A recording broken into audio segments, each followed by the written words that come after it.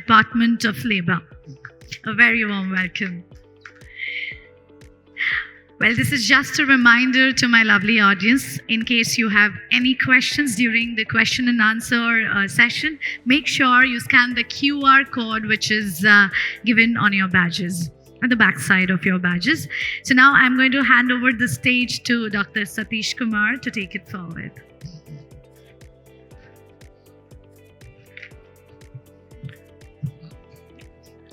Thank you very much, and I would like to extend my thanks to NRDC for giving AEEE an opportunity to co-create and also allow me to moderate this session. The context has been set very, very nicely by the last set of panelists that was expertly moderated by Prima. So I have 4 minutes probably, so I'm not going to summarize, but what I'm going to do is that how do we transition from the discussions that was oriented towards solutions to, I think, in this particular session, which is focused on a resilient workforce and how do we involve communities to actually partake in this solution and also contribute.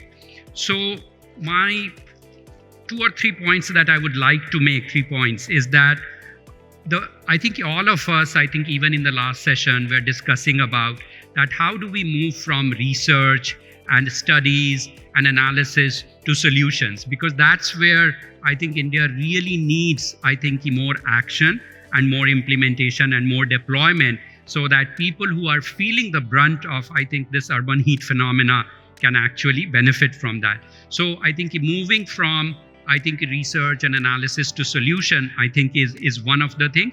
And that's where resilient workforce also come into picture. The unit of engagement, as Akash mentioned, that it could be at the building level, it could be at the neighborhood level, it could be at the municipality level, it could be at the cities level. So are we looking at hyper-local solutions, or are we looking at a much more macro level solutions, I think, which is at state or national level? So we need to we'll have a little bit of chance to discuss that. The other thing is that when we are looking at resilient workforce and how to marry solutions, and which will give them an opportunity to contribute to this tremendous need that India is facing as far as heat stress and heat mitigation is concerned. So we will be looking at financing, I think, is some of that discussion, because we all know that I think the amount of resources that are available are going to be much more meager in terms of, I think, what's the need of the requirement. The other piece is the scaling of the solution, which is going to be very, very important. Many times what we are seeing that there are many, many very good non-profit organizations, and I know NRDC has been working in this space. We have other organizations like Mahila Housing Trust and others who are doing very good work, but how does that work gets scaled up so that it can be adopted?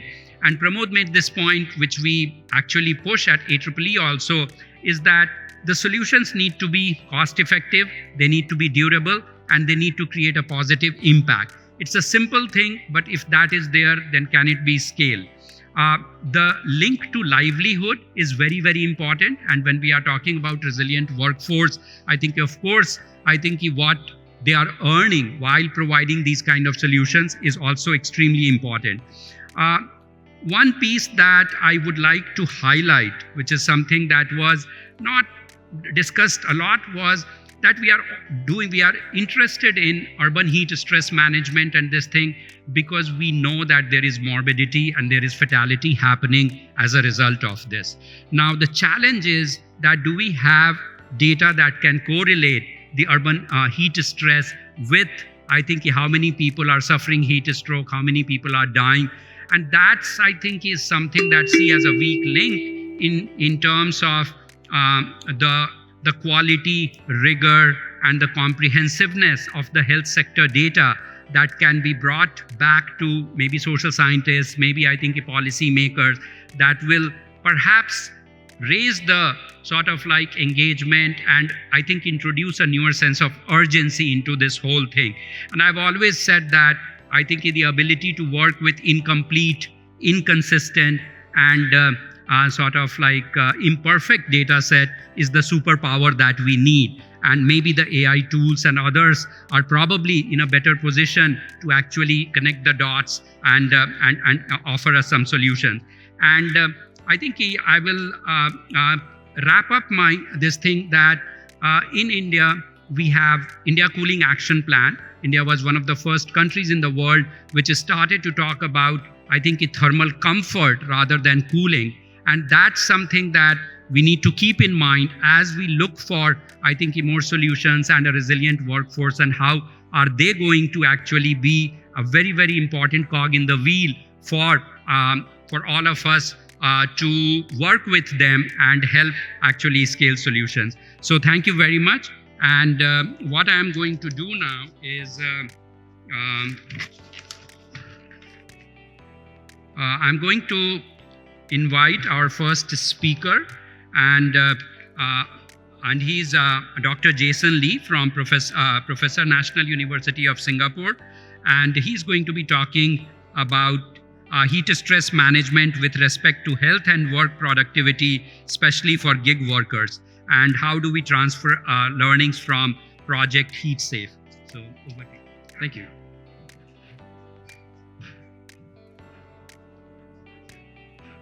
Good afternoon. I've been given the permission to move around.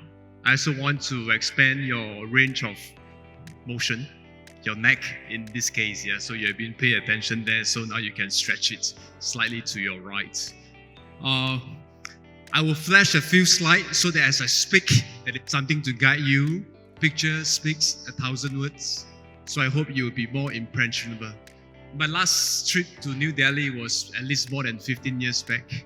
I remember Taj Mahal, DRDO, INMAS just down the road when I was a defense scientist. So it's great to be back here again. I think first point I want to make is be careful. Don't think that we are suffering only in just past 5 years or so, these conversations of climate change. India, Singapore, Southeast Asia. I wore this top for a reason. This is a batik from Indonesia. At least 1,000, if not 2,000 history batik. So I'm speaking on behalf of the region. And we are, you will see a slide, the boiling frogs. It's very dangerous because we talk about heat. Some of you in the crowd or the policymaker might think, what is new? It's always hot, still hot, a bit hotter. We have dealt with it for years. We can deal with it in years to come. We have been compromised for the longest time. We heard conversation earlier, statements like, any place that is not walkable cannot be a healthy place. Yeah, so we have been compromised for the longest time. Take these recent messages as a reminder to take urgent actions. So for us, it's not just about heat wave. Chronically, we are being compromised. Heat suppressed outdoor physical activity, how you rest, and how you eat. Those are the 3 pillars of human health and well-being. Heat cut across a whole lifespan: fertility, maternal health, thermal comfort in school, all kinds of occupations, the elderly, the disabled, the pets. So it's eating us, sometimes unknowingly. So I hope when I see slide that we don't have enough resources to deal with heat, I challenge that. It's because you do not know how much you are being compromised. So tell that to the government, to the policymaker. And therefore, awareness is key, and I'm counting on you to take more actions. So far, I don't remember we took a group photo. Don't worry, we have one as a reserve. In case we miss that out, this will be our portraits. We are the boiling frogs. We are near that threshold. Another small snowball will trigger that avalanche. Another drip will overfill our cup. Ladies and gentlemen, take actions and do this with great urgency. I want to show this. This was done in Project Heat Safe. Of all the depictions there, they represent climate like India, some parts of India at least, Singapore, tropical climate, between 22, 32 degrees Celsius all year round. Most of them, the photo in the center was taken in South Korea. Delivery man, 20 degrees Celsius. In that, we called back home in Singapore, 20 degrees Celsius will be winter. But surprise, surprise, we are after the hot humans, not just a hot environment. Don't make that assumption. In this case, the hottest workers were not the other photos, but delivery men in South Korea operating in 20 degrees Celsius. I'll explain why. This is the equation, a simple one. It's not just about hot weather equals a hot worker. You have attire, you have physiology, and this presents opportunity for us to manipulate heat strain. We are after the hot human, and don't assume a hot weather always result in a hot humans, but more importantly, don't assume a cooler weather means no hot workers. That is another wrong assumption. I don't have time to elaborate Project Heat Safe, but I ask, we keep talking about whole of nation, whole of government. Let's put that into action. Heat Safe and other projects have shown this can be done. For those operating in the academia, I ask that you reshape how research should be undertaken. For those who are funders, I ask you to rethink how you should fund projects. Yeah, if you want to have quick, agile, urgent solutions, right, we need to reshape the process. Okay? So Project Heat Safe is a cradle-to-grave project where the research went all the way to policies, audit was done, people who didn't comply to the recommendations is not an immediate rod by default. Understand why didn't they respond to the policies. Maybe the policies were lousy. Look at it from a behavior and implementation science consideration. You'll be surprised, even good solutions, they were pushed out, that weren't consulted with the recipients. They don't buy it. Many effective medical products have been developed and sold, but not to the recipients. Yeah, so don't make that mistake. Always look out for outliers. Again, I don't have time, right? Don't look at mean responses. We look at mean responses, you don't, and you conclude everyone was okay. Here, we harness technology and science to pick out the outliers. Indoor worker, operating at 39.4 degrees Celsius. He was boiling. Thank God he didn't succumb to heat stress. Look out. Use technology to pick out the outliers. The aspiration for us is high. No one should die of exertional heat stroke.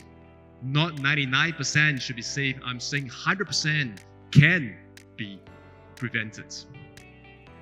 Another slide here. More rest, good hydration, more shade does not equal to more welfare and less productivity.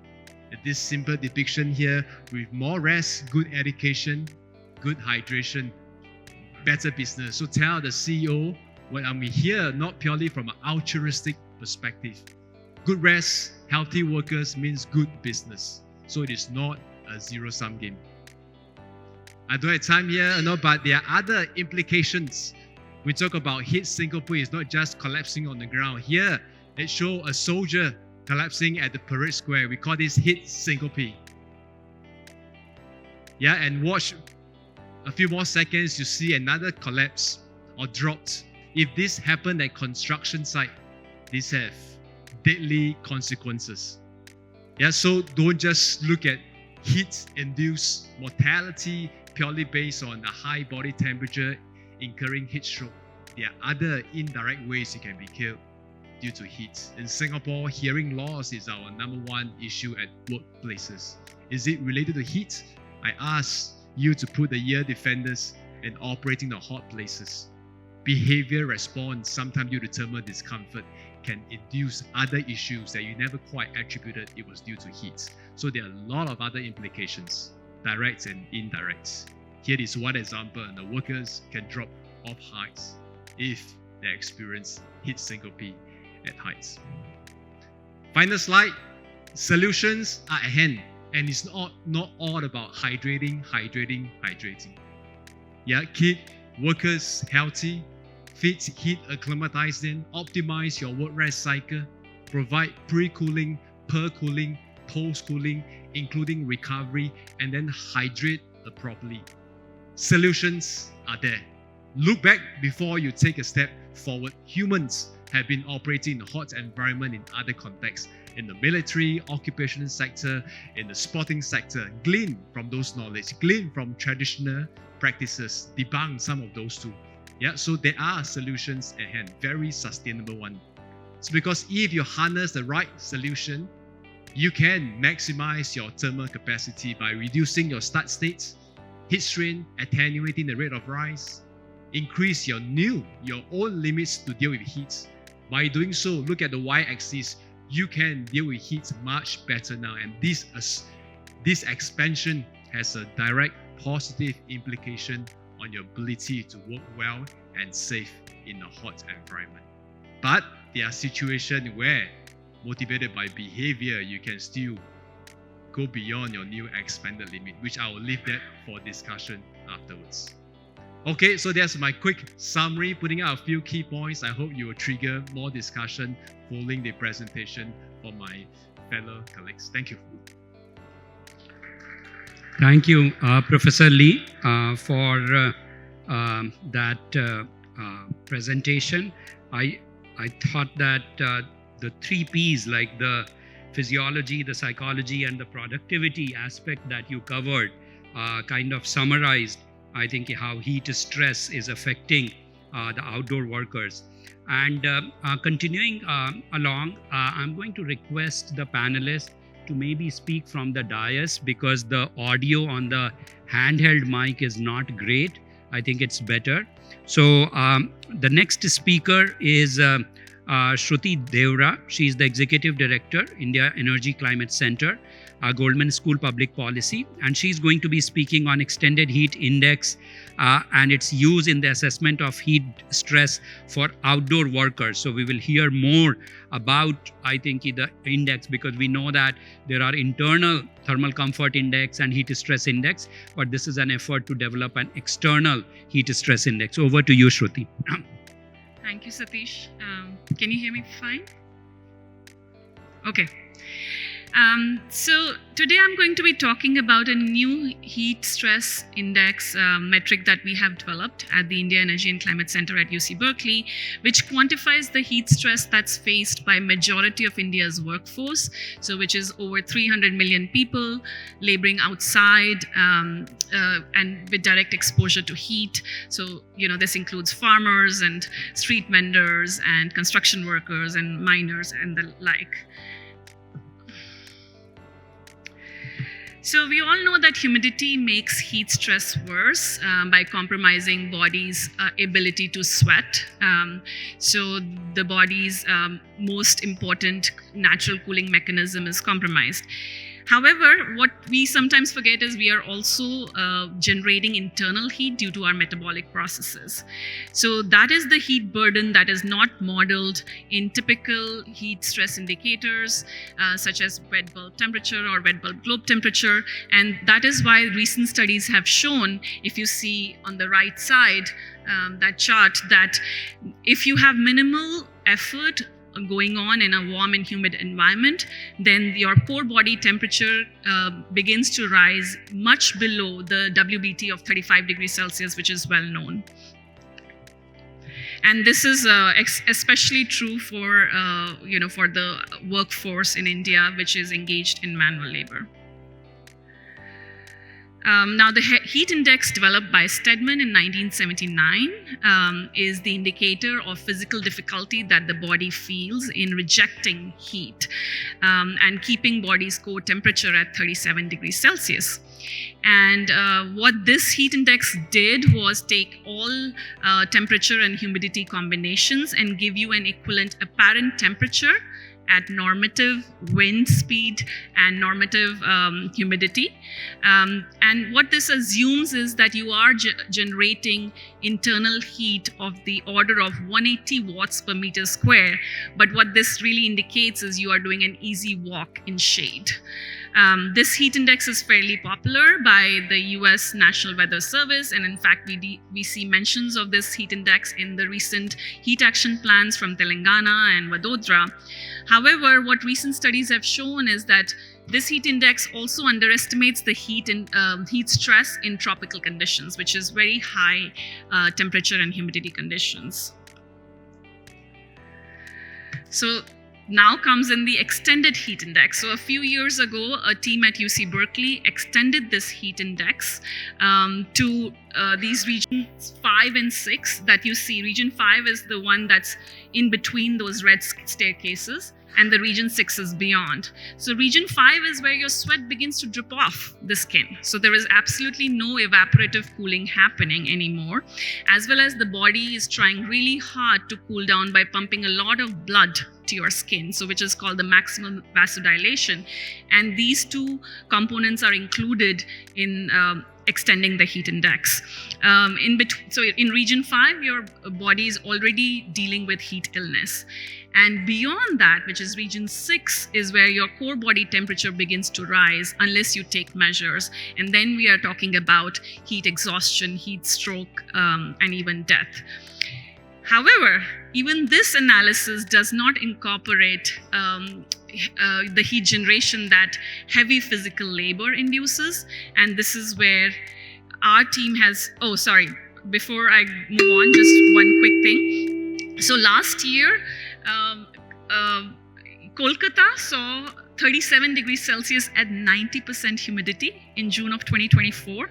And Hyderabad saw 43 degrees Celsius at 50% humidity. So now if your early warning thresholds are based at 40 degrees Celsius without accounting for humidity, that's already too late for a lot of vulnerable populations, which includes your outdoor workers, includes pregnant women or older people.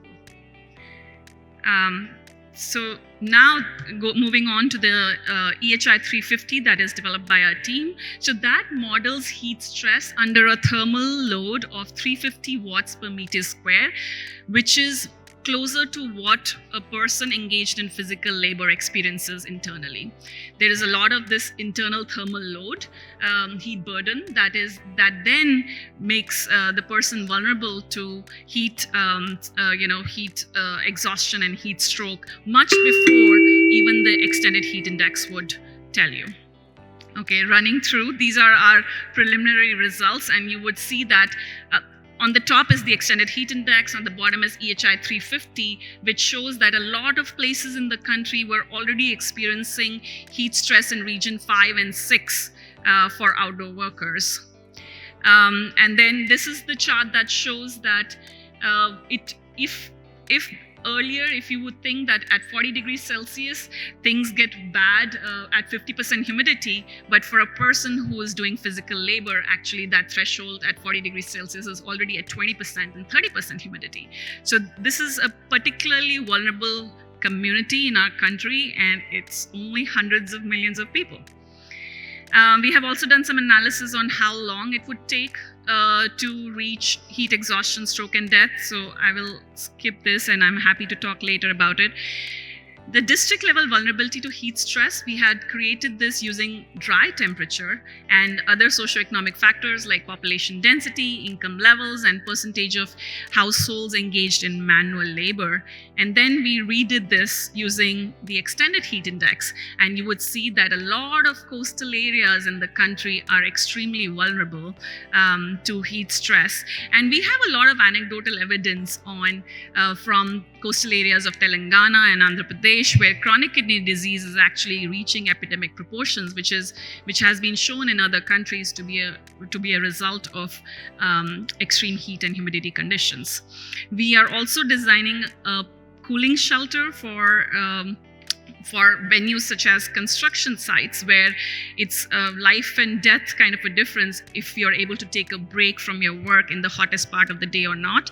And these cooling shelters are based on structural insulated panels. These are prefabricated, very well insulated, so they give very good outcomes in terms of lowering the inside temperature and the wet bulb globe temperature to regions where there are no dangerous hours left anymore. And that's it. Sorry for taking more time. Thank you. Happy to chat more during discussion.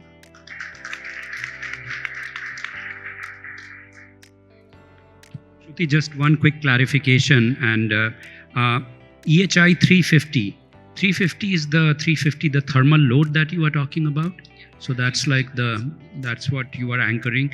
And what is, I'm just for the benefit of what is the normal sort of like thermal load that a person experiences when he or she is in office?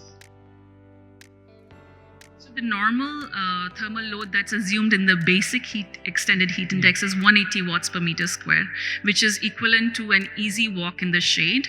Whereas if you are undertaking heavy physical labor, that doubles effectively. Okay. And at this point, we haven't even incorporated the effect of direct sunlight. So expect these results to get worse once we start thinking about farmers who are working outside in the sun.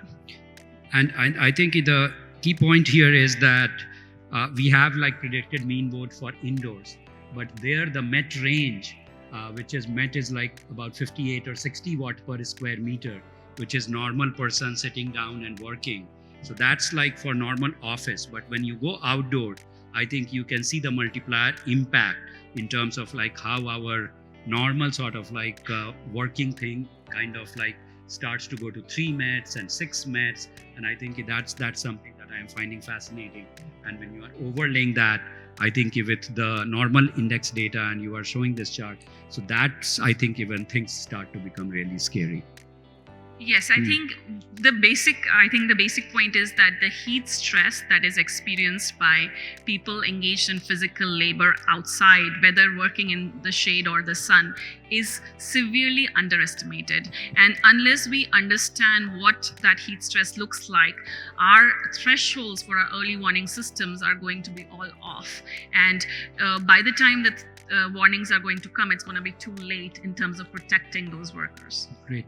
I'll have one more question, but maybe we'll come back to that. So in the interest of time, I'm just moving along. Our next speaker is Dr. Aditi Suri. She's a senior consultant at Indian Institute of Human Settlements. Yes, please. And she's going to talk about heat stress management for informal economy workers and urban migration and workforce resilience. Over to you, Aditi. Thank you everyone. Good afternoon. I have to say I am not usually at climate change or energy events. I work on livelihoods and I work on human and economic development. So it's really nice to see the fact that workers are being foregrounded in this conversation, not just talking about Indian citizens, but people as workers in their work capacities. And that's something that I'll try and unpack today, that relationship, and then from that, what are the kind of solutions that I think we need to move towards? I think the challenge that comes up is that often the conversation about heat and labor ends up being about labor productivity, the loss of working hours, the impact on metabolic stress, and those are exceptionally important measurements for us to have and make. But the challenge that's posed with the Indian economy is that 70% of our non-agricultural workforce is in the informal sector. And of course, farmers, we know, also tend to have similar working conditions. And what that does is informality, or the informal economy, creates a condition where there are governance challenges to the implementation of well-meaning policies and programs, either from the government or from the side of people who act as employers, right? And what I mean by that is that when you work in the informal economy, it is unclear to public agencies what a worker's working relationship is, how often they work, where they work, and which makes a huge challenge for how to reach that worker in times of distress, in times of social protection, which is a regular occurrence, and definitely in times of emergencies. And we saw this legacy issue play out even in the COVID-19 pandemic, where governments, state governments, district governments were scrambling to figure out where are the databases to understand where precarious workers are, who are people who are unable to earn a wage. And so these legacy issues around what the informal economy creates is also going to come back and impact us when we think about the implementation and the scaling of whether they be heat action plans or other kinds of warning systems, right? And let me put a little bit of context to that in terms of just the numbers. So It's about 70% of our workforce lacks a legal contract where there's no articulation of who the employer is. And 99% of our small manufacturing enterprises also have less than 20 workers. And about 80% of those are also not registered, right? So it is unclear where the location of these enterprises are and how to get at them when a problem occurs. And let me try and humanize this public policy challenge a little bit by talking about 3 types of outdoor workers. And I'm very thankful to follow Shruti's presentation because and Jason's presentation, because I think that is the kind of concern we're all dealing with now. If you're an outdoor worker, are all outdoor workers the same? And what does a working condition have to do with how you can think about helping that outdoor worker, right? If we expect workers to have the ability to adapt and to be resilient to heat, to extreme heat events, how much choice does that worker have within their working relationship or where they work to be able to do that, right? And if not, what is the nature of responsibility and liability that we put on those employers or the supply chains they're part of? And then what is the role of public governance in kind of in working around that issue?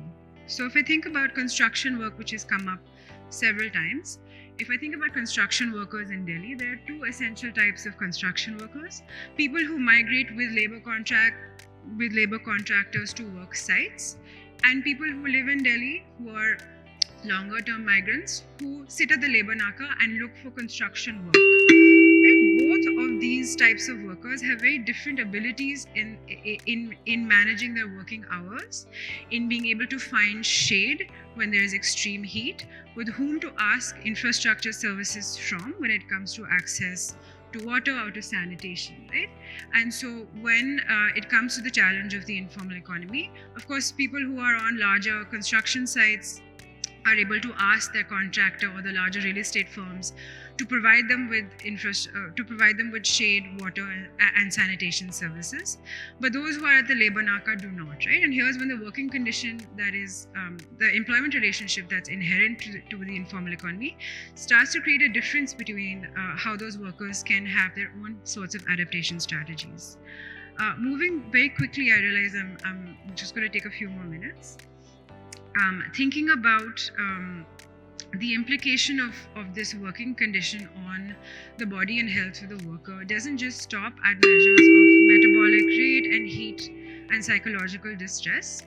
The female construction workers, which form about a third of the construction worker population in India, work during their reproductive ages, right? Which means that they are doing paid work in the construction services sector, and they're also doing the work of early child development. And what we found with working with construction workers is when they're exposed to long working hours without access to basic services like water, and on top of that they're exposed to heat, what happens is that they no longer are able to produce breast milk, right? And this produces a chronic kind of issue where we see young children and infants not being able to be given the basic nutrition required. So the intergenerational impact of this heat stress and working condition is seen quite visibly when you actually visit work sites and see how this is playing out.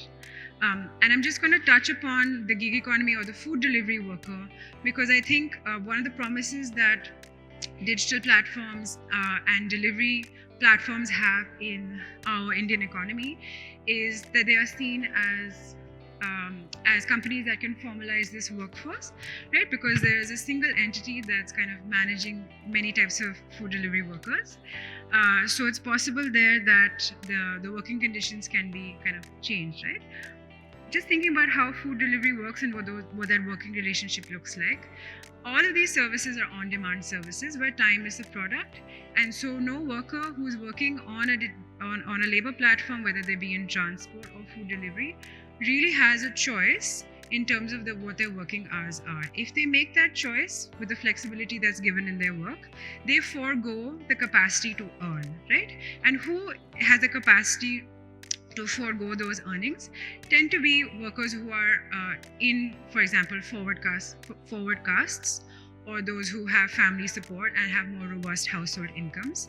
And so you start to see the nature of vulnerability really compound when it comes to looking at the working condition and the ability for a worker to choose how to adapt to heat.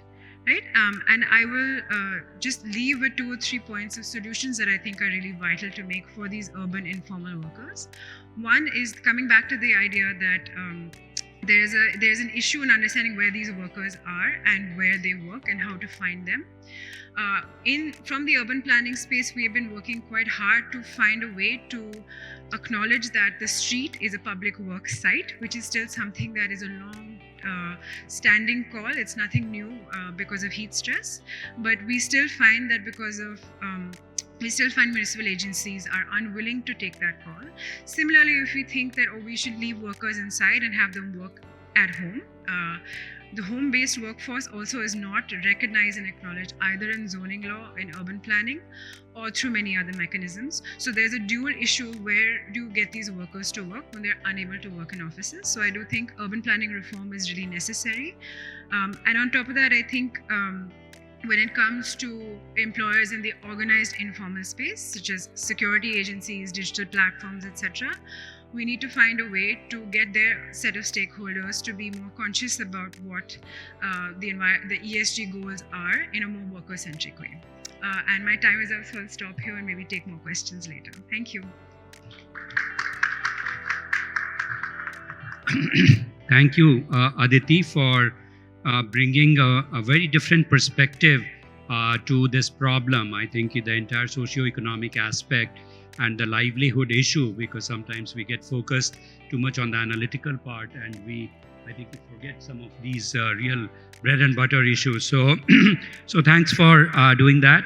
I think in the interest of time, I'm going to move forward and I'm going to invite our last speaker for this. And sorry about that. So,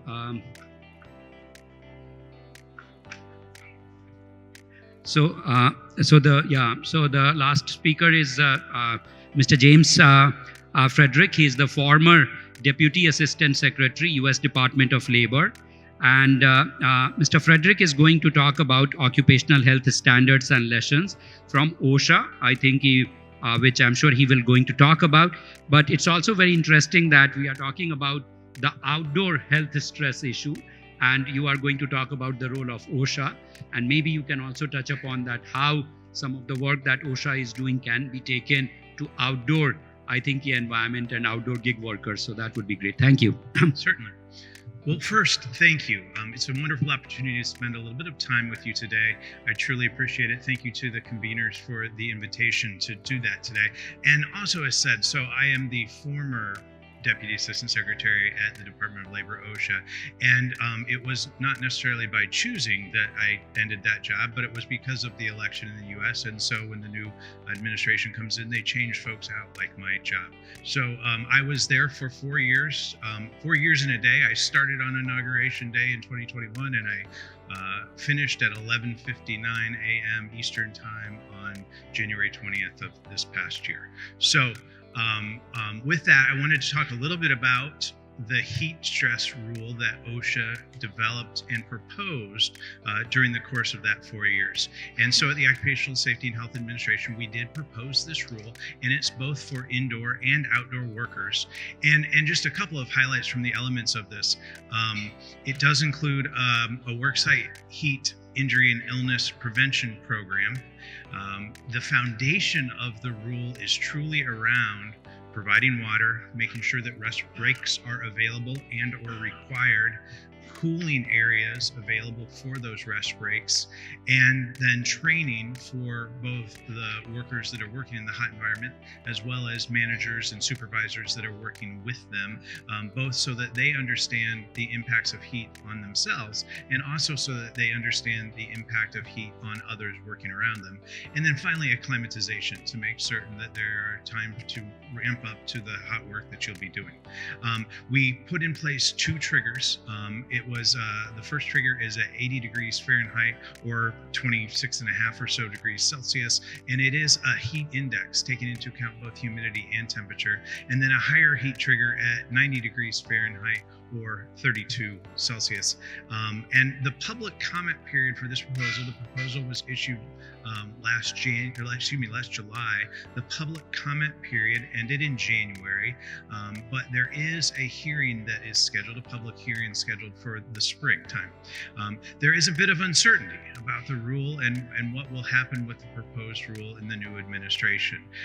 But if this moves forward, it does then create the possibility for a final rule across the entire United States on those workers and workplaces covered by OSHA to be in place that is much more easily enforceable by the inspectors than the existing structure. Meanwhile, while we wait on all of that to happen, there are still workers in the U.S. and around the world that are in serious risk of injury related to exposure to heat. The one other thing I'll just mention on the rule before moving forward is this is a nice summary table. It's available on one of those two URLs at the bottom of that page, but it's a nice summary table of the control measures and when they're triggered into effect in the proposed rule. I also wanted to say a few words about employer responsibilities and good practice going on across industry, at least from the U.S. perspective. And with that, it emphasize that in the U.S. currently, through the Occupational Safety and Health Act from 1970, we have the ability to the inspectors can go out and issue a citation in a work site for exposure to heat under the OSHA General Duty Clause. It's a more difficult process. Getting a rule in place will be of help. But there's been quite an evolution in the conversation around heat and heat hazards with employers across the United States. 10 years, 15 years ago, in a prior role, when we would raise the issue of heat hazards and controls in place at workplaces, the responses we would get were, we can't, we aren't, and we're not doing anything about those or much about them. Now, when we ask employers about what they're doing around heat exposure to work in their workplace and workers, it's much more of a, let's sit down and talk about what we're doing to control the heat hazards in our workplace. That's at least in the larger employers across the United States. There are a significant amount of employers that fall below that line that are not yet putting in place heat control programs. And then just one other piece from the U.S. There's really a rich dialogue that's going around increased conversation about core principles around health and safety, and it's really saying that both recognizing and understanding that requirements, rules, regulations, and standards are needed, but then also employers have to go above and beyond whatever those minimum requirements are, but they need to do so in an effort to be both successful on health and safety, but also successful in whatever their business is. And the last thing I'll mention on that is that there's also the opportunity to incorporate health and safety management systems into this conversation and the model of the international standard of ISO 45001. So last point to make quickly, I know we're already running out of time here for my few minutes, but opportunities for some learning across the globe. That one, we can no longer accept the status quo on this. We've got to pull all of the levers available to us to make certain that we're putting in the right controls to protect workers from heat. We know the controls that need to be in place. We just need to make sure we're utilizing those basic fundamental principles.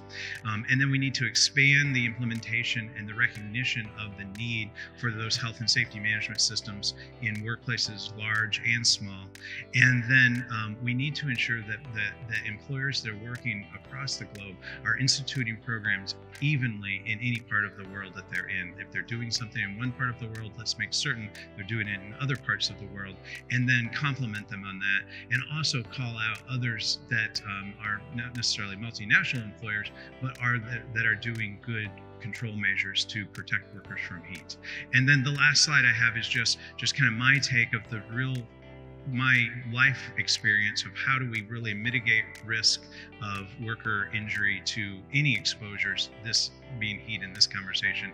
And that's at the top of that, to implement safety and health management systems, make sure we're focusing on improved technology of the control measures, serious injury and fatality prevention needs to be part of that, understanding and utilizing the institutional knowledge from the workers and the work site, and then the use of data to really make sure we're focusing our efforts in the right parts of controls, doing better controls at workplaces, trying to always reach the top of the hierarchy of controls, and then integrating the elements of human and organizational performance, again, to call out that institutional knowledge and capacity that workers bring to that conversation and really put them into place. And then lastly, to also focus not just on acute injuries from safety issues, but well-being and mental health issues in the workplace as well.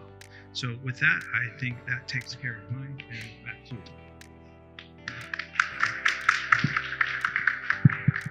So thanks, James, for just showing, I think, what OSHA is doing. And I have a quick question. When you are saying this OSH rule, I think in 1970 that applies. So it applies to all the employers, whether the employees are inside or outside, or is it mostly inside? Yes. So the framework in the U.S. is that act from 1970 covers almost all employers in the U.S. There are some holes in that. There are some that have coverage from other entities in the government, and then there are some that do fall through a bit of a loophole. Those are particularly public sector workers in about half of the states in the U.S. Okay, great. And it's a lot of learning for me also, because most of my work is focused on indoor environment. But this is great, and I just want to thank, I think, all our panelists. I know that except Aditi, I think all of them have done a phenomenal job. They have traveled from US and Singapore to be part of this panel, and I felt bad a little bit that we only are giving like 5 minutes, but maybe you folks took out, I think, a couple of minutes more, and you were able to communicate most of the points that you wanted to. So I think we have this Menti code, just like the previous session. If people can just scan, we have a house full of people, and we would like as many people to scan this code and vote, so that we can see what sort of like responses we are getting, and then we will engage into a little bit of discussions with the panelists. But I want to use this time while we get a little bit of responses, and maybe you can. So one of the things that I think in India, I know this is a major issue, but maybe especially, I think James and Jason, you can respond to this, that how good is the health data in terms of capturing the correlation between the heat exposure and the treatment, or when people are going to the hospitals? Because I know that in India, it's a problem, and maybe globally it's also a problem, but it's also about like what is the precipitating factor and what is the immediate factors, and sometimes both don't get captured in the documentation. But I would really like to know, because I think this is a very core issue that we are dealing with. Yeah. Data in the US is also a challenge in this arena for a number of the factors that you just listed. Also, oftentimes the person will not seek medical treatment until after their shift at work. And so it is often kind of around the system that normally would capture that as being work-related. It's just whatever the illness is manifesting itself as is documented as be it a heart attack or something else that happens once the person's home from work and doesn't get quite captured in that way. We actually have we know there is a significant problem with underreporting of heat-related illness and injury in the U.S. Okay. Jason? Thank you. Yeah, I think I know where you're coming from, and my short response is, to date, definitely there is under quantification of heat-induced health outcomes, i.e. when somebody eventually succumb to cardiovascular collapse, respiratory outcome, we didn't quite point the finger to heat, because without that heat exposure, he was okay, but now he wasn't okay. But you can talk about chronic kidney disease of a non-traditional source. There's still a lot uncovered. When somebody collapse from heights or drop from height due to heat syncope, we didn't quite point the finger to heat. So yes, you can go all the way to WHO ICD coding. I think there was some discussion at that point. Some argue we do not need to know the exact cause. We just look at excess mortality, but that's just mortality. You know, sometimes some say it candidly, if you're going to pass on, maybe you just pass on, but there are other diseases, you don't die immediately. A huge implication, not just on yourself, but on the family. kidney disease is one of those. Okay. So yeah, my short response is yes. That needs to be worked. Yeah. Okay. Thank you.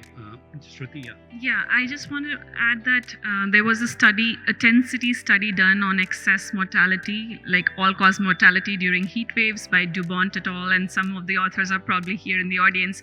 And we have taken that study to extend it to the entire country. So, and our estimate says that for a 5-day heat wave, India is seeing about 30,000 additional deaths. And now we know that there are multiple heat waves in a year, and this is probably undercounting because the data of mortality data is not available in the country since 2019-20. And so we need the government of India to publish more recent mortality data so we can do all these analysis and really talk about what is the mortality impact of heat, which is undercounted. Yeah. Great. I'm being, maybe just a 30-second because we have to go there and we are running short. Yeah, just to add to that, I think these are exceptional data gaps that we need to measure, but in correlating this, whatever data is present or will be made with the worker, with who the worker is a very large gap that needs to be built on, right? We need large scale data sets, and we're hoping in India that digital public infrastructure coming in will start to fill those gaps. But that ability to correlate that data and have interoperable data that's actionable is something that I'd like to just kind of leave with the audience also on the worker side. That's an argument. Great. So what we will do that we will go to the Mentimeter question, and I'm having difficulty reading this. So the question was that which factor do you believe is the most critical for improving workforce resilience to extreme heat? And the two that I think people have voted is the 37 vote one is strong regulations and policies for heat protection. And then the one that is getting 20 is access to cooling infrastructure, shaded work areas, cooling centers. And then there are flexible work hours and heat adaptive scheduling. Okay. I think that this is a little better, and employer provided heat safety training and resources, and then personal protective equipment and cooling techniques. So I'm going to come back to our expert panel here, and I think I would like to reflect on what the audience is thinking, where they are voting for stronger regulation and policies, and what your thoughts are also. And I think maybe I'll go start with you, Shruti, and maybe take like 30 or 45 seconds to give your response. Thank you. I actually absolutely agree with the top two factors that have, that have been voted on. In fact, on the policy side, there are some existing legal provisions that we are probably not using very well. So there is the Building and Other Construction Workers Act of 1996, which actually makes it mandatory for construction employers to provide welfare and safety facilities.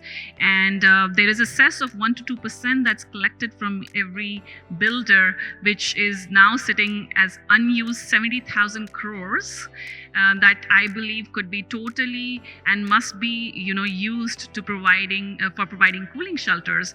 And we should make the productivity argument. We know that India is going to lose 4 to 5% of GDP by 2030. That's like $350 billion a year. These investments are going to more than return for themselves. And there are a few states who are taking some action.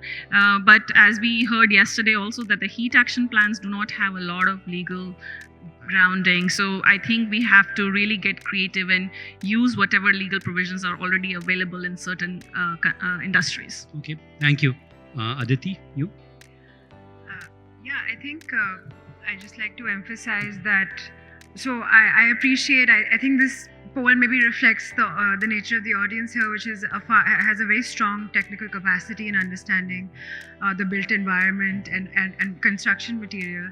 But just to say, when it comes to the implementation of a state program or a public policy initiative, knowing where to deliver that particular benefit or that particular issue is very important, right? And there you really need to know who the worker is, and then to have a very clear sense of who the employer is and where the liability goes. And there's a huge governance gap there. And the example that Shruti just gave of the BOCW is a really exceptional example of one workaround India has created to find a way to register workers, to understand who they are and who's responsible for them. But the lack of use of those funds, I think, speaks for itself. And a similar initiative was also being created around gig workers in India to try and create a welfare board around them. And no single platform has been able to agree to registering a worker with the government of India or with the state government, right? Because it puts a liability and financial responsibility on them. And so there are many, many layers that we need to get at to make sure that last worker doesn't actually have that heat stress on them. Thank you, Aditi. Just, I think, bringing out the complexity in terms of, I think, the policies and regulations, I think, is a very good James. So I would just say yes, that the standards are needed. Utilize what the U.S. OSHA has put together. The entire record is available to the public, so please use it. It's all very easily accessible. Also, in the U.S., 4 individual states have issued heat rules: California, Washington, Oregon, and Minnesota. And then a 5th state, the state of Maryland, has a proposed rule as well. So there's a wealth of information on that. And lastly, on the cooling areas, I think that's just so vitally important to give the worker the opportunity, not only when they need to take a break to have that space, but it allows the heat burden on their body to dissipate somewhat during that time that they're in there, more so than just planning an area outside of the work area. Okay, thanks, James. Jason? Yeah, my response would be regulation and policy, of course, is important, but that itself is insufficient. Let me give you an example. Since we talk about platform workers in Singapore, is Grab. Other places, Uber, India, I just checked, many. Zomato, one of them too. Understand from the worker's perspective. Here we are talking about if you don't stop or slow down, you might get heat injured. That doesn't cut. If I'm the worker, we say you are talking about the risk of me getting injured. If I don't deliver the 6 orders per hour, it's no longer the risk. At the end of the day, I have less bread home for my family. So thank you very much. I will ignore all your heat health warning system. I will work as hard as possible. So number 1 point, see it from their perspective. That is where I think there are opportunities. To the employers, tell them, say, if you don't regulate work together with the government, you are paying out in other ways because the data are clear. More accidents, more aggression, poor customer service, you're going to pay the price.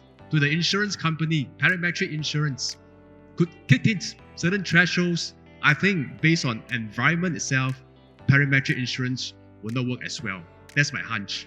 Because from a behavioral perspective, it's not just about high temperature, there are other factors. To the clients, during very hot days, during raining days, I ask for your empathy. Please, it's 10% higher your pizzas, right? Do it with a smile and say, of course, someone is taking a risk on my behalf. It's too hot, too rainy. With all this coming in, then if the advisory got pushed out and said, instead of doing 6 orders per hour, you just need to do 4. But the total wages remains unchanged.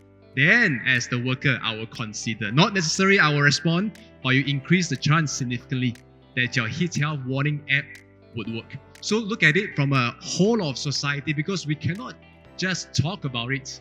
It is really a whole of society exercise. No, don't just based on environment index. There's only how much it could do, optimizing the policy. But here, our aspiration is every man and woman shouldn't succumb to heat stress. And therefore, from the recipient perspective, they ought to be in the game too. Thank you. Thank you, Jason. And I'm being told that we are running late. So my profuse apologies for not having questions from the audience for our esteemed panelists. And we will need to wrap up. But I do want to take this opportunity to thank all of our panelists, and let's put our hands together for the insights and I think the presentations that they made. Thank you very much.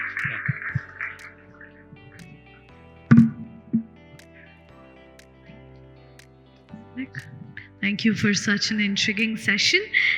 Before we wrap up, I would request everyone to join for a group photo.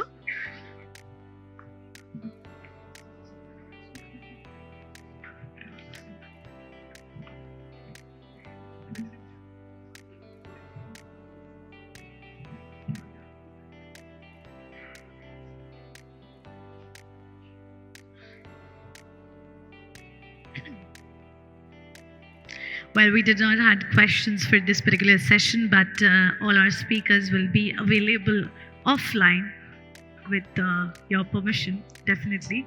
So in case you have any query, any information which you need, you can speak to them directly during the networking session, during the lunch. Well, now I would request Dr. Satish Kumar to stay back, as he is supposed to moderate the next session as well.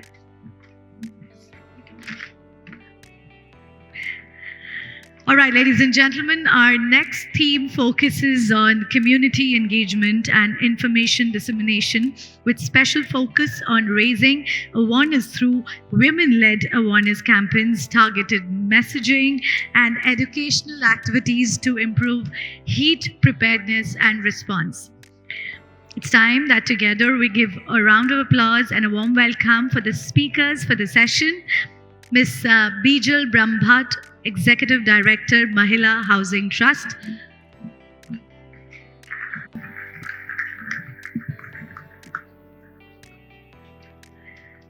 Bijal Ben, તમારું સ્વાગત છે. Ms. Mary McBride, Chief Program Officer, Climate Resilience for All. Very warm welcome.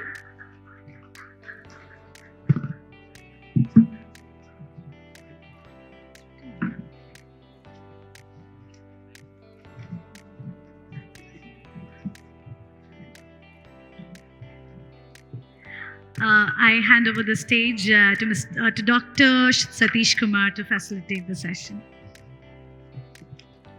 Hi, so we are going to move into the third session of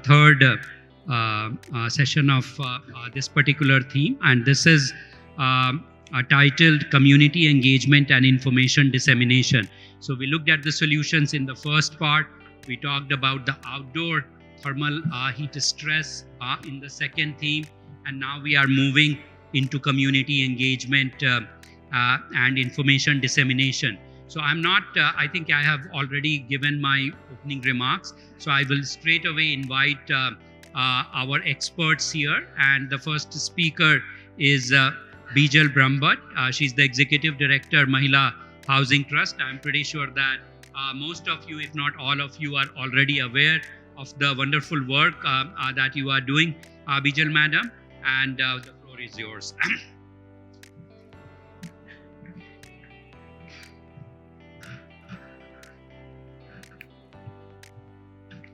Thank you, Satish ji. I'll just begin and I'll try to be as fast as possible. I know we are waiting lunch.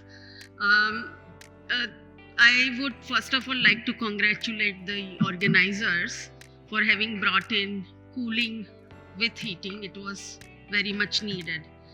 And the second, congratulations again for having recognized. If you look at the title of our session, it's Poor Women-Led Socio-Technical Models. So I think for a long time, I have been trying to break that barrier that grassroots development organizations can also be technical, but people rarely understand. So for the first time, I'm thanking the organizers that that title has been given. So Mahila Housing Trust, actually our vision is poor women workers lead responsible urban development, and we work across almost 10 states in India, created 17,000 climate and heat champions. When we first started working with our women, we were working on issues of habitat development earlier, but when we started sensing climate change and talking to them, they didn't really understand what climate change was. And for them, it was merely God's act. It was not at their forefront because they were fighting to get water, to get livelihood, to get the school fees. And so how do you really build in climate change into that? So what we did is, our approach is that we do take up activities that engage them immediately, whether it's lack of water or sanitation or social security, and try and build in climate change on that. And that has been very successful. And I will talk of some principles that we have used in our community engagement, which has been fairly successful. So the first thing is demystify the science. So because we do want them to talk at an equal level with whether they are talking with the authorities or with the general public. So how do we do that? So for example, we wanted to, this is one example, wanted to explain to them that climate change is a systemic process and you have to address all systems for able to, so that is true also with heat resilience. So this is like a water cycle and we mapped all the elements with the scientists, and then we put those elements on those chits, and when the chits were pulled, the rope actually shook. So all the other elements also shook, and that's how we explained to them systems change. So I think our approach was first that of capacity building on climate change, where we used a lot of gamification, as I'm showing you one example. Then of course to help them assess their vulnerabilities, also support them in building action plans, and then making technological innovations along with them, and then of course developing a model that works at city level too. So the first principle is demystify the science using simple gamification so that they are able to talk at an equal level.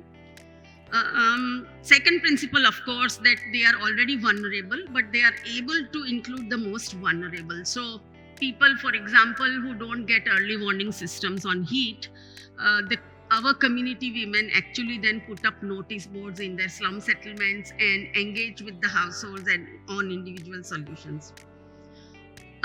We have developed a model, that's the third principle, that actually works at household level. Then it goes to community level, but they also then start working at a city level to, in fact, the formal citizens have started benefiting. How have we done that? I'll do it quickly. So household level, one example which I'm not showing here is doing cool roofs for themselves. Community led, it could be nature-based solution like reviving water wells or urban forestry, which we are doing. And at city level, it could be heat mapping, it could be cooling shelters for other informal sector workers and demanding heat action plans and getting those done. The other thing that the next principle is that we have to have disruptive collaborations. I'm sorry, where does this go? Okay. So look at this cool roof technology that we have experimented. What we do is actually, the blue is the cool roof and the other is the tin sheet. And we actually taught the women to take temperature by putting temperature loggers inside and comparing it to the IMD and to the adjacent house with the tin sheets. They realized it's really cooler. And then they started investing in propagating cool roofs. Almost 18,000 cool roofs have been done. But the disruptive collaboration was that they told the technologist that they don't want corrugations. The blue roof had corrugations. They did not want it. They wanted a flat roof to fly kite and sleep at night. And those were the learnings for the technologist, and he then adjusted his technology. This one is the fifth principle is that they can engage with Samaj, Sarkar and Bazaar. So you're looking at India's first cooling station already established in Jodhpur under the Jodhpur Heat Action Plan, which they led with the government. It's a net zero cooling station. They've also done heat mapping for the entire city of Surat using FLIR cameras with World Bank. And that's going to contribute to a plan where the Surat city is actually going to revive, make a riverfront on the Tapi river, and that data by the community where it was taken Surat-wide using FLIR cameras is going to be used by the municipal corporation.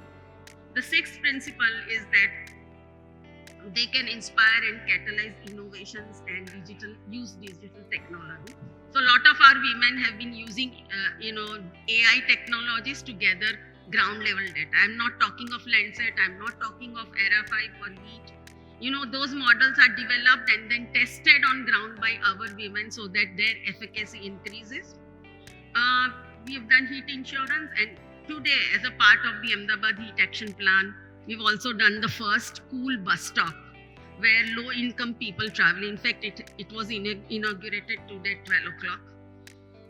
So I think that's the sixth principle. And so our model has revolved around these six principles, making poor women lead from their own households to the city level in an equal partnership. And I'll stop here.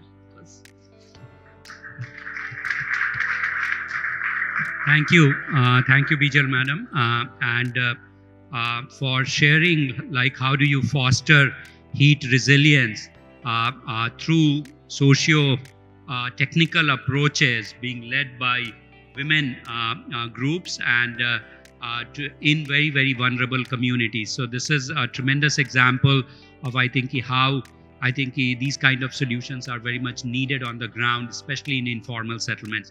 And of course, I think Mahila Housing Trust is a model for many other organizations. I'm going to request our next speaker, Mary McBride. She is the Chief Program Officer at Climate Resilient for All, and she's also going to be talking on the same topic, and but from a slightly different perspective. Great, thank you. And I want to say thank you to our host for sponsoring this event. It's incredible to be part of this conversation. So we heard in the last conversation about the 300 million workers in India, and there are roughly 618 million informal women workers. 80% of those workers reside in 5 regions: South Asia, Southeast Asia, Eastern Asia, West Africa, and East Africa. Can you hear me now? Okay. And so when you look at the map that Radhika showed yesterday around the heat vulnerability or the heat risk, and you overlay the vulnerability of these women workers, that region, those 5 regions that I just named, are where the bulk of women workers are suffering from extreme heat. They are suffering mental, physical impacts, and they are losing daily wages. So when you talk about community engagement, the place you have to start is understanding how are they being impacted and what solutions do they need, what interventions do they need to help give them agency to make decisions in the face of rising temperatures. And so starting from that basic platform, we heard yesterday quite a bit about awareness. So we spent a great deal of time listening to the communities, working with partners. And one of the things that we launched in 2025 was something called the Women's Climate Shock Insurance and Livelihoods Initiative. It's a global initiative that we started here in India with the Self-Employed Women's Association and with a group called Quindo Corps in Pakistan. And essentially what we're doing is taking an integrated look at the solutions that are needed to empower and to protect the health and livelihoods of women, particularly informal women workers. And so that combines financial solutions and non-financial solutions. The financial solutions include a robust set of financial tools, one of which is heat parametric insurance. We pioneered the first heat parametric insurance at our former organization, and then when we co-founded CRA, we developed a new approach, we innovated, and we also built alongside with the insurance a set of tools that serve as social protection, so a direct cash assistance layer. So when temperatures hit 40 or 42 or 43, you have a systems of financial instruments that are triggered to build the resilience to support women in times of in times of urgent heat waves, but also to build the resilience over the long term, not just their resilience to heat, but their financial resilience. The non-financial solutions include early warning systems. Here in India, in Thailand, in Sierra Leone, we're working to train women to understand what are the technological platforms that will reach them. What are the messages that provide actionable guidance? We heard about that earlier today. And so we're looking at those type of interventions. We are also looking at physical adaptations, including shade, including simple things such as tarps to cover their crops. And so it's a whole set of solutions that we bring to our communities where we are working, again, across these 618 million informal workers. And I think if I would say a couple points to leave you with, it's one that women are disproportionately impacted by the impacts of extreme heat, financially, mentally, and physically. And so you need to look at a set of solutions that are both financial and non-financial to build their financial resilience and their heat resilience and their resilience writ broad to the impacts of extreme heat and rising temperatures. We heard yesterday that this is not, just an urgent crisis, but this is a crisis that we're going to be faced with for the foreseeable future. Heat is locked in, rising temperatures is locked in for as far as we can imagine right now. So The last thing I would say is that when we think about the solution set, it is absolutely critical to think both about how we transfer the risk, and so that is via tools like parametric heat insurance and others, but also how we reduce the risk, and that is through physical adaptations, or in the case of our project with SEVA in 2024, the social protection in the form of a direct cash assistance. And without that dual approach, without looking at both how you transfer the risk and how you reduce the risk, we're not going to deliver a set of meaningful and durable impacts and solutions and build the heat resilience of women. And I would just say last that we've again heard that this is an urgent crisis. It's also a long-term problem, and women are at the center of the solutions. The women that I've met with in Thailand and Bangkok, here in India, in Gujarat, in Freetown, and Ghana and Liberia, they are the sources of strength. They are already resilient. We need to increase their resilience as they face mounting climate shocks and particularly extreme heat. So with that, I think my buzzer's going to go off in a second and I'll be done on time. And I just wanted to say that these are some of the women that we are reaching. These are some of the 650 million women and some of the women who are in desperate need of solutions and assistance and interventions that will help empower them as we look at the impacts of climate and in particularly extreme heat. So thank you.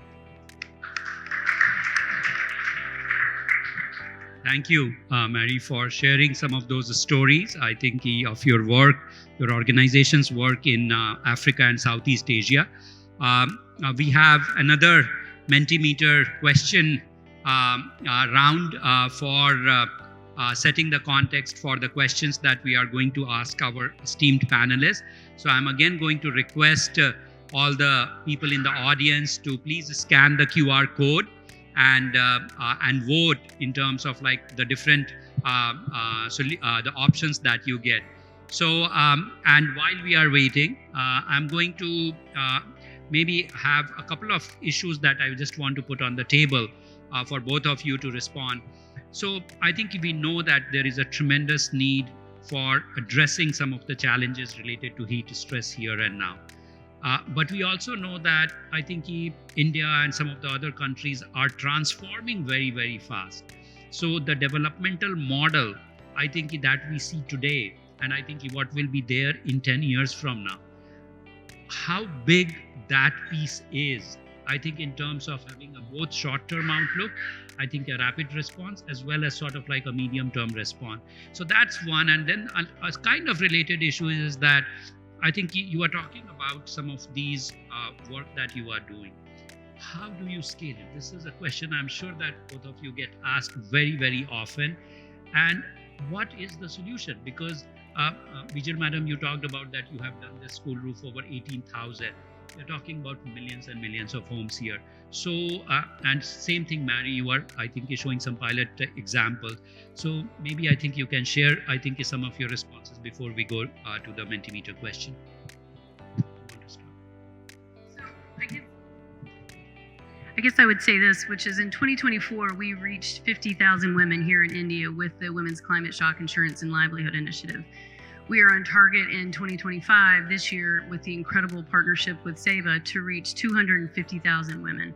We have expanded the program into Thailand, Ghana, and Sierra Leone. So we are scaling the program both geographically and then in the place where we're already working. So that is one way. I think the other thing is when you think about the set of integrated solutions that we are delivering through the WCS, it lends itself to bringing other investors, MDBs, other governmental agencies into looking at the solutions because we're showing that it's proof. It's a proof point that it works and you can scale it.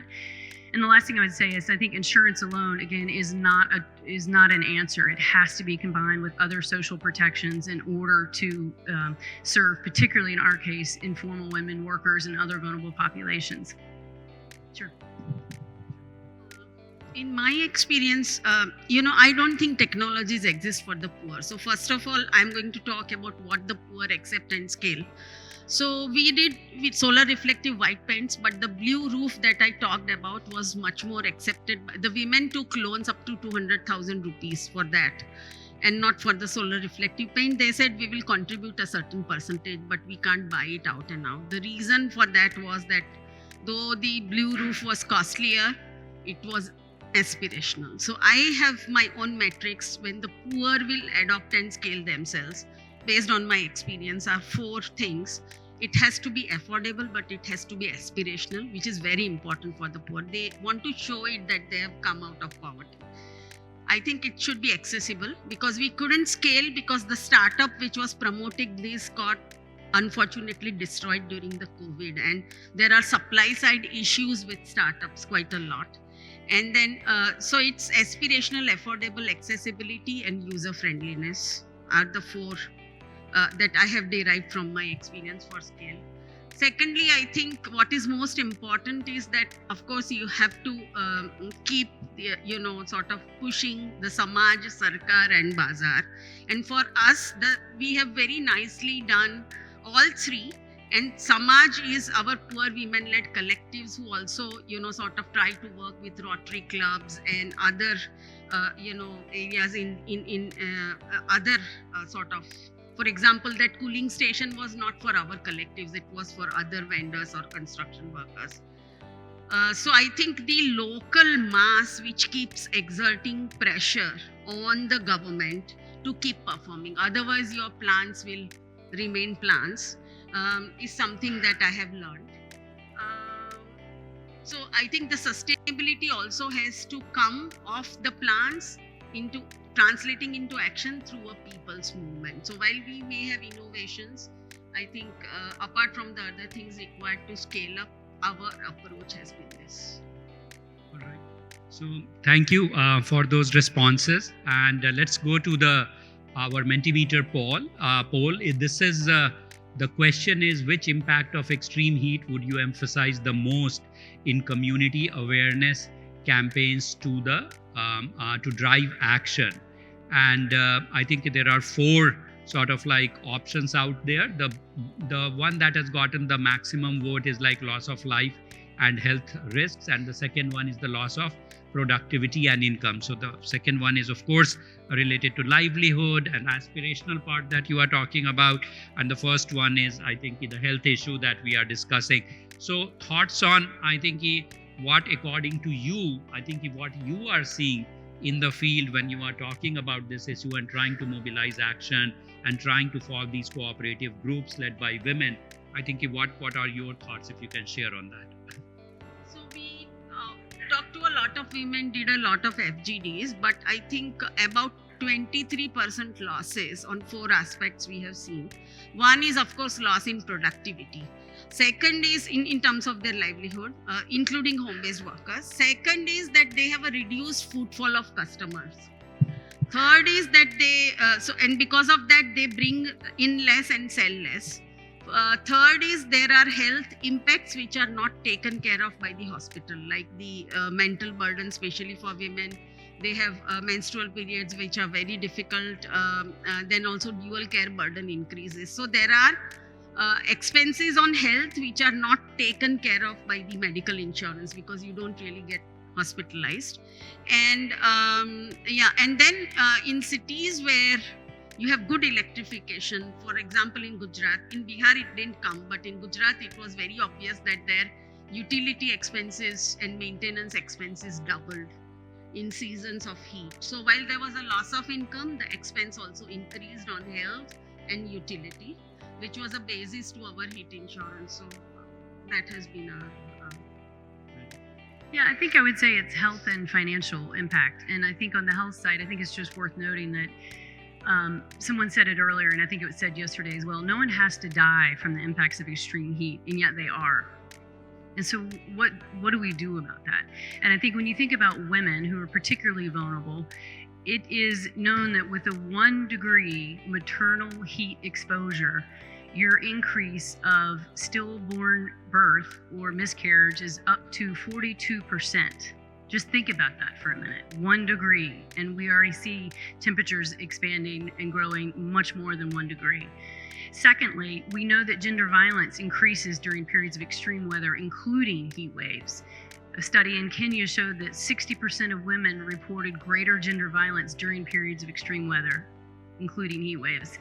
The list goes on and on and on around how women are impacted by extreme heat. The other piece of it is in many of the communities where we live, women are the backbones. They are the sole breadwinner or the primary breadwinner.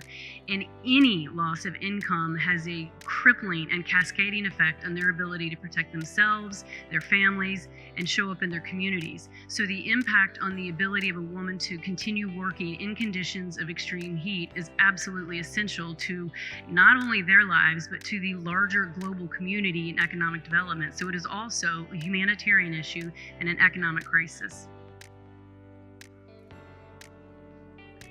Okay, maybe I think there is 2 minutes remaining. So I'll take, I'm looking for maybe like a couple of women who may have some questions here for our esteemed panelists, but be very short, ask the question. I think we are running late, and I think I'll request the panelists to be also giving a short response. This is, I'm taking my liberty as the moderator. They are asking me to shut down. So anyone, I think that I can see any hands. I will give a preference to like, okay, there is one there. I think introduce yourself and be short, I think, with your question. Hi, this is Shruti Deora, UC Berkeley. Question for Mary.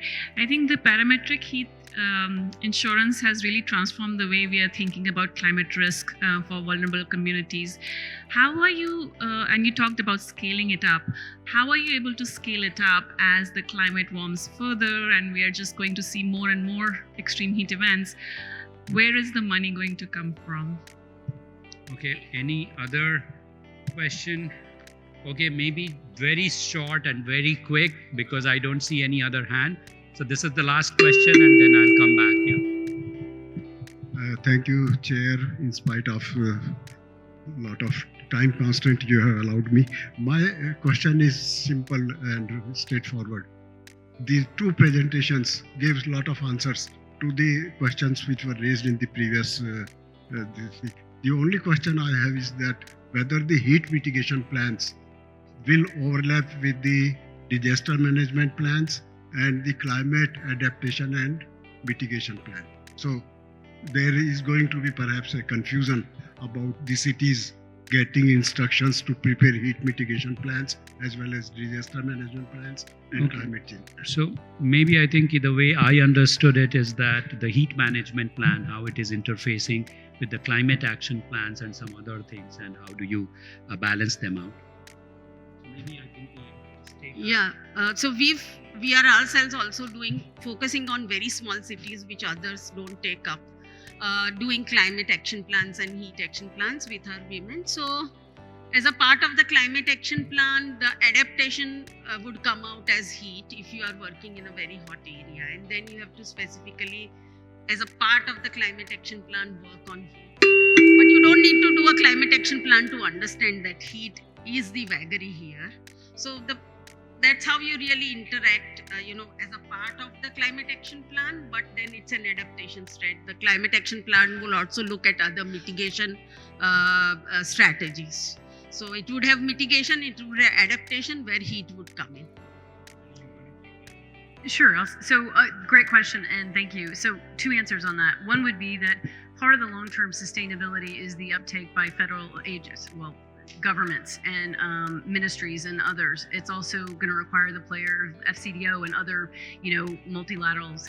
The other part of it is also with our SAVOR project and with our project in Sierra Leone and Ghana, we will be asking the women, and this is part of SAVA's ethos, is to support part of the premium that's required to build these insurance products. So that is happening. It happened last year and it's happening this year.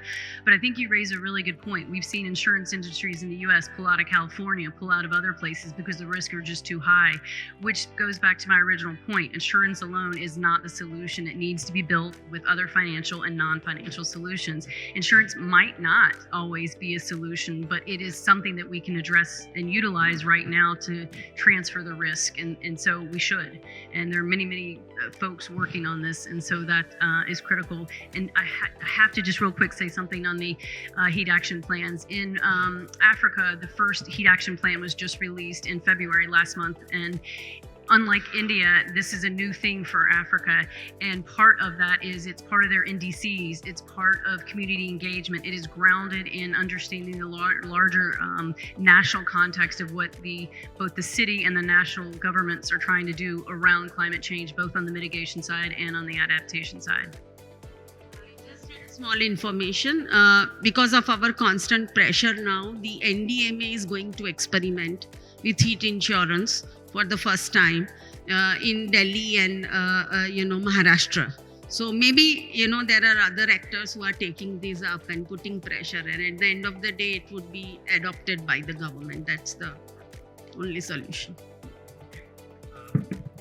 So thank you very much, Mary and Bija. Let's put our hands together for our panel.